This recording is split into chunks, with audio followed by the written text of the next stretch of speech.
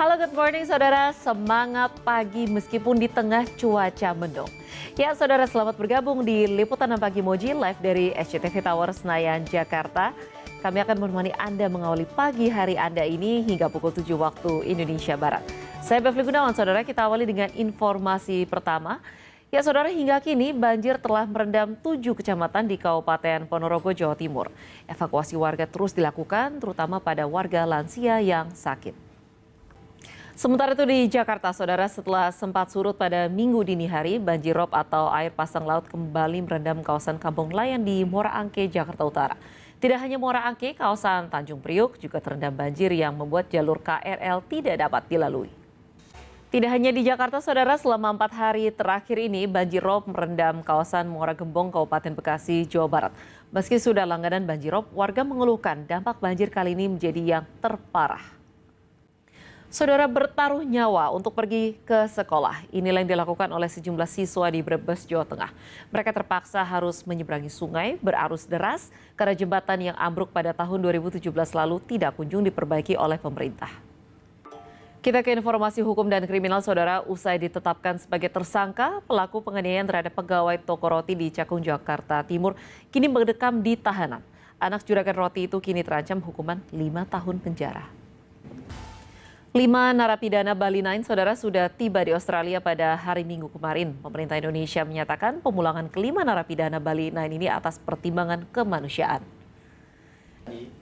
Terpidana mati kasus penyelundupan narkoba asal Filipina, Mary Jane, dipindahkan ke Jakarta, sebelumnya kembali ke negara asalnya, Filipina. Informasi politik, saudara, PDI Perjuangan resmi memecat Joko Widodo, Gibran Rakabuming Raka, dan Bobi Nasution dari keanggotaan partai. Pemecatan keluarga Jokowi ini berbarengan dengan pemecatan 27 kader partai lainnya. Dari Istana, saudara, Presiden Prabowo Subianto resmi melantik pimpinan dan Dewan Pengawas KPK periode 2024 hingga 2029. Usai dilantik, Ketua KPK yang baru, Setia Budianto, menegaskan tetap melanjutkan operasi tangkap tangan atau OTT yang menjadi salah satu kekuatan pemberantasan korupsi di KPK. Saudara, pemerintah resmi menaikkan pajak pertambahan nilai. PPN naik dari 11% menjadi 12% mulai 1 Januari 2025. Apa saja yang naik dan bagaimana efeknya, saudara? Yuk kita diskusi bersama Dana Paramita. Nah, saudara, pemerintah akan membebaskan pajak penghasilan atau PPh bagi pekerja yang memiliki gaji maksimal 10 juta rupiah per bulan. Hal ini dilakukan guna meringankan beban masyarakat imbas kenaikan PPN 12%. Nah, saudara, kita ke informasi lainnya. Lama tidak dengar kabarnya, seperti apa ya progres pembangunan Ibu Kota Nusantara atau IKN?